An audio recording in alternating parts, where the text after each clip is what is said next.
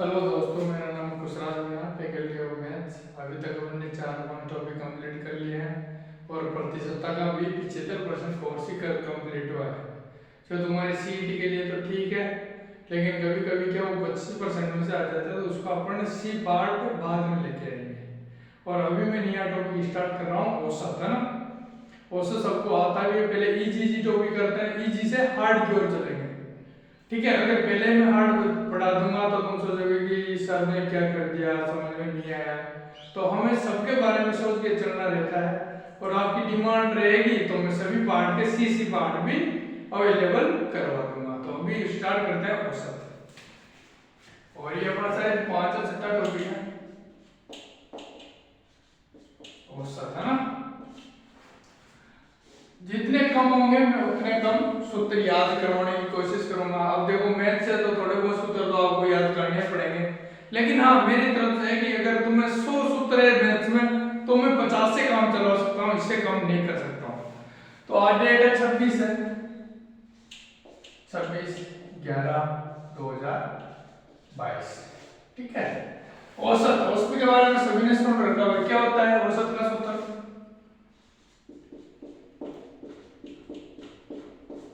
राशि का योग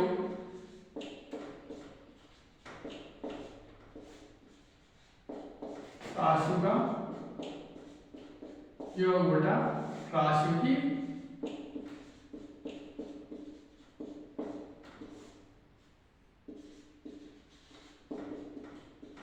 बचपन में ये पढ़ा था। औसत जब भी तुम्हारे आता है राशि का योग बटा राशि की संख्या, औसत का सूत्र ये होता है।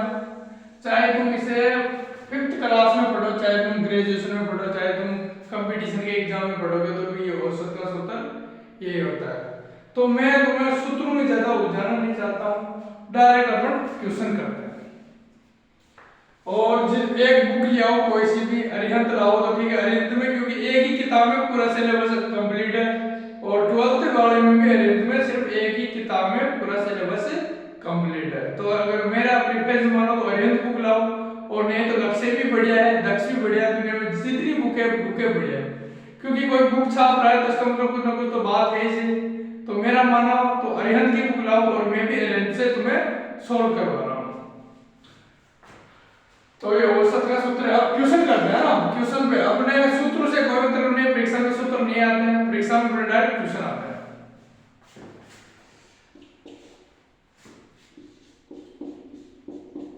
माता और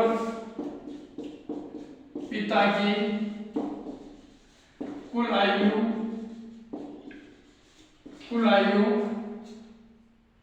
80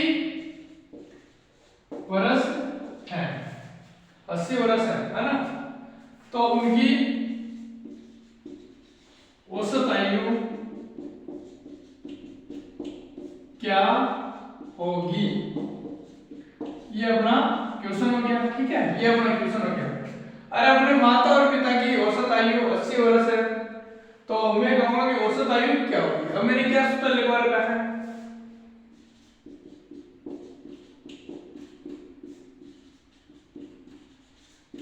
औसत आयु का सूत्र लिख रखा है राशि का योग। अरे पहले ही योग दे रखा है तो लिखने की क्या जरूरत है? राशि का योग कितना 80, और टोटल राशि कितनी है? माता और पिता, ये देखो, माता और पिता टोटल कितनी होगी? 2। तो औसत आयु कितनी आ जाएगी? 40। अरे समझ में आया? तो ये सिंपल सा औसत था, सिंपल सा क्वेश्चन। अपन सिंपल से हार्ड की ओर चलेंगे। ए पार्ट तुम्हें ऐसे लगेगा कि हाँ सब कुछ ठीक चल रहा है, बी में थोड़ा मैं लेवल डालता हूँ, सी में बहुत ज्यादा लेवल डालता हूँ, वो ग्रेजुएशन बेस का हो जाता है। अभी तुम्हारा 12th बेस का सीईटी चल रहा है, तो मुझे 12th के हिसाब से भी करवाना है, ग्रेजुएशन के हिसाब से करवाना है, बैंक भी करवाना है, एसएससी भी करवानी है। तो जिनको सीईटी 12th करनी है, ए पार्ट देख लो, सीईटी ग्रेजुएशन करनी है, बी पार्ट तक देख लो, और बैंक एसएससी करनी है तो सी और डी पार्ट तक पहुंच जाना। अभी सिर्फ मैं एक ही पार्ट करूंगा, क्योंकि मैं सीईटी का कोर्स करवा रहा हूं, ना कि बैंक एसएससी का करवा रहा हूं, ठीक है। अभी सिर्फ मुझे सीईटी 12th प्लस ग्रेजुएशन, तो ये मुझे करवानी है, ठीक है। तो अभी 12th ग्रेजुएशन करवाते हैं। तो ये क्वेश्चन हो गया। अब दूसरा क्वेश्चन देखो।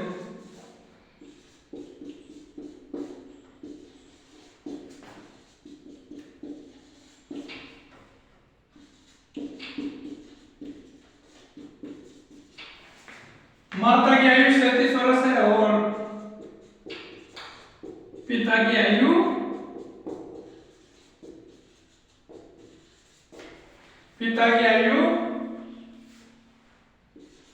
43 वर्ष है। तो इनकी औसत आयु क्या होगी? औसत आयु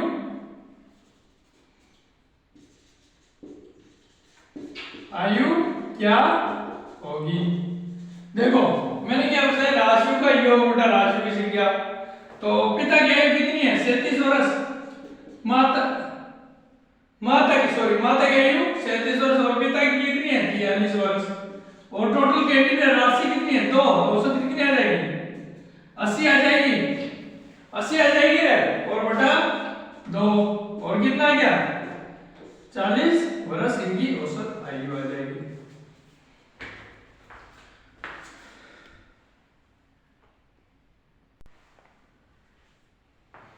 अब यह तो होगी माता पिता की औसत आयु। अपन करते थोड़ा लेवल बढ़ाते हैं, थोड़ा इंक्रीज। 2 क्वेश्चन एक टाइप के हो गए, अब थोड़ा बढ़ाते हैं ना। क्वेश्चन नंबर 3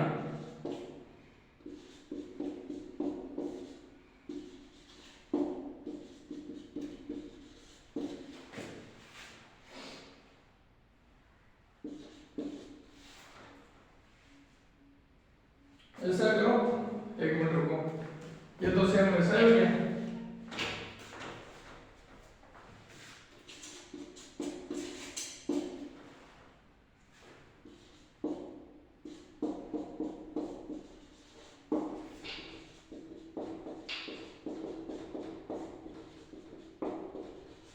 माता और पिता की औसत आयु कितनी है? 40 वर्ष।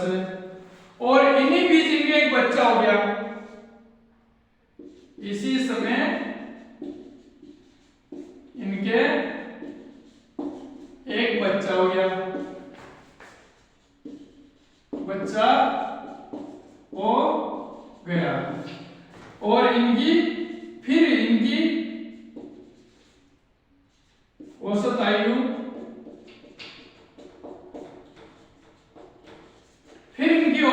कितनी होगी? फिर भी इनकी औसत आयु कितनी रहेगी? 38 वर्ष रह गई। तो बच्चे की आयु ज्ञात करो।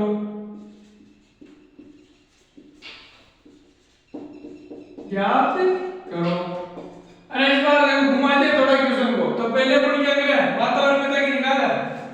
तो ये माता प्लस पिता, औसत आयु कितनी है? 40 वर्ष। तो ये 40 वर्ष औसत आयु होगी। लेकिन अपनी एक ही औसत किसका निकलता है? एक पार्ट का निकलता है। अपने को दोनों को निकालेंगे तो 2 से गुणा कर देंगे। तो 2 से गुणा कर दिया तो आयु कितनी आएगी? 80 आ गई। अब माता प्लस पिता प्लस बच्चा कितनी है? कितनी की? 38 वर्ष। अब लेकिन इस बार 2 नहीं है, कितने? माता भी है, पिता भी है, बच्चा भी है। तो किसे गुणा हुआ? 3 से। तो 8 या 24 का 2, 3 क्या 9, 9 और 2 11, 114 हो गया। अब बच्चे की निकल जाएगी ना। अगर मैं इसमें से माइनस करता हूं 80 तो बच्चे की आयु आ जाएगी। तो बच्चे की आयु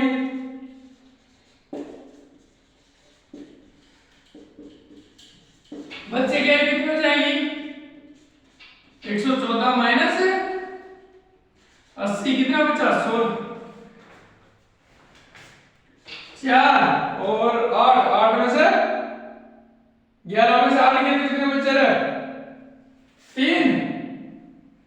तो 3 बच्चे की आयु कितनी आई? 34 वर्ष में बच्चे की आयु आ गई। यहाँ तक किसी को कोई दिक्कत? अगर किसी भी क्वेश्चन में, किसी भी सॉल्यूशन में आपको दिक्कत आती है तो मेरे व्हाट्सएप पे फोटो भेज सकते हो। सर ये क्वेश्चन हमें नहीं आ रहा, तो उसकी व्हाट्सएप में फोटो भेज देना। जब भी मुझे टाइम मिलेगा मैं उसका सॉल्यूशन करके तुम्हारे वापस फोटो भेज दूंगा। अगर फिर भी दिक्कत आती है तो ऑफलाइन मेरे घर पे आके मिल सकते हो, कोई दिक्कत नहीं है। चाहे दिन में टाइम देख लेना कि 8 बजे, रात को 8 बजे, और सुबह मैं स्कूल जाता हूँ। स्कूल आने के बाद 4 बजे बाद आप आ सकते हो, कोई दिक्कत नहीं है, अपने कभी भी पूछो और व्हाट्सएप पे भेजो तो बहुत बढ़िया बात है। और मैं प्रॉपर गुड्डा गोकुल राशि के एक गांव से हूँ, तो वहां से मेरी वीडियो में शूट करता हूँ, और कोई अगर मिलना चाहे तो वो यहाँ आ सकता है, और अगर और कोई क्वेश्चन हो तो वो पूछ सकते हैं, ठीक है। तो इसके 3 क्वेश्चन हो गए, 1-2 क्वेश्चन और करेंगे। तो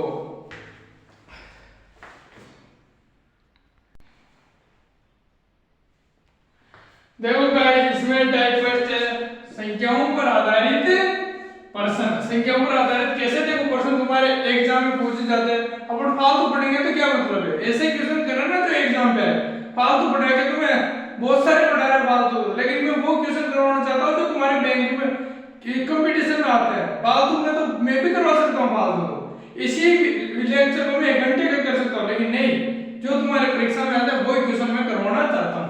क्वेश्चन है 5 लगातार प्राकृत संख्याओं का औसत 25 है, तो पहली संख्या क्या होगी।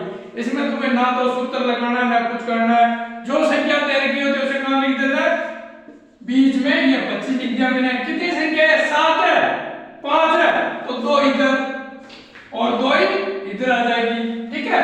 तो 25 से पहले क्या आएगा, 24, और इससे पहले 23 आ जाएगा, और 25 से बाद 26, और इसके बाद 27। ये आंसर हो गया तुम्हारा। तो क्या करनी है, पहली संख्या क्या होगी, पहली कौन सी है, 23, तो तुम्हारा आंसर क्या हो जाएगा, 23 तुम्हारा आंसर हो जाएगा। किसी को दिक्कत, वापस देखो एक बार, वापस देखो एक बार। 5 लगातार प्राकृत संख्याओं का औसत कितना, 25, जो भी आए औसत उसको बीच में लिख लेनी है। तो पहली संख्या ज्ञात करो, तो 5 25 को मैंने कहां लिख लिया, बीच में, और इसके आगे भी 2 संख्या आएगी और पीछे भी 2 संख्या आएगी। तो 25 से लगातार देखो, लगातार देगा, लगातार का मतलब लगातार आएगी। तो 25 के बाद 26, 26 के बाद 27। लेकिन पूछा कितने, पहली संख्या, पहली कितनी रहेगी इधर, तो ये 24 और ये 23, ठीक है गाइस। अब करते हैं 7 लगातार सम संख्याओं का औसत क्या होगा। अरे बीच में 16 है, कितनी, 7, 1 2 3 इधर आएगी, 1 2 3 इधर आएगी। 16 के पहले कितना आएगा, 14, 14 के पहले 12, 12 के पहले 10, 10 12, तो ठीक है। 16 के बाद 18, 18 के बाद 20, 20 के बाद 22, ठीक है गाइस। तो अब इसमें पूछा गया है 7 लगातार सम संख्या का औसत 16, तो छोटी सम संख्या, इसमें भी छोटी सम संख्या पूछे तो कौन सी, 10 आ जाएगी, तो आंसर क्या हो जाएगा, 10। ऐसे क्वेश्चन तुम्हारे परीक्षा में उठ के आते हैं। अगर किसी ने कंपटीशन का एग्जाम दे रखा है तो वो सोच सकता है कि हाँ ऐसे ही क्वेश्चन आते हैं, नहीं है तो पुराने सोल्ड पेपर देखो, ऐसे ही क्वेश्चन आते हैं उठ के, जो तुम्हें क्योंकि मैं हिला देते हैं, लेकिन इनका कोई लॉजिक है, छोटे से क्वेश्चन है। आज इसका पार्ट ए कंप्लीट हो गया हो सकता, कल अपन करेंगे पार्ट बी, ठीक है। तो अगर किसी को कोई मेरे पढ़ाने के तरीके से दिक्कत हो, सर गलत बताते हैं कोई, तो मुझे बताओ कि कैसे पढ़ाना है, मैं वैसे पढ़ाने के लिए तैयार हूँ, कॉपी बनवाने के लिए तैयार हूँ। लेकिन मेरा मकसद कॉपी बनवाना नहीं है, तुम्हारा सिलेक्शन लेना है, और तुम्हारा सिलेक्शन होगा वही मेरे लिए बहुत बड़ी खुशी की बात होगी। बाकी ये लेक्चर यहीं आज का एंड करते हैं, बाकी कल पढ़ेंगे, इसका बी पार्ट कल रिलीज कर दूंगा मैं, ठीक है, क्योंकि कल संडे है, संडे को मैं फ्री रहता हूँ, तो इसका दूसरा पार्ट भी रिलीज हो जाएगा। और ये मैं व्हाट्सएप नंबर दे देता हूँ तुम्हें, जिससे मेरे कोई भी क्वेश्चन हो तो भेज देना। मेरे व्हाट्सएप नंबर है 859 38 121, ये मेरे व्हाट्सएप नंबर है। कोई क्वेश्चन नहीं आ रहा समझ में, बुक का भी कोई सा भी, औसत के अलावा भी जो किताब बनी है मैथ्स की, उसका क्वेश्चन नहीं आया तो मेरे इस नंबर पे फोटो भेज देना, उसका सॉल्यूशन मैं प्रोवाइड करवा दूंगा, ठीक है। थैंक यू गाइस, अच्छे लगे तो लाइक कर देना। मैं ये नहीं कहता सब्सक्राइब मत करो, सब्सक्राइब, लेकिन तुम देखो और पढ़ो और आराम से मौज करो, ठीक है। Thank you guys, bye.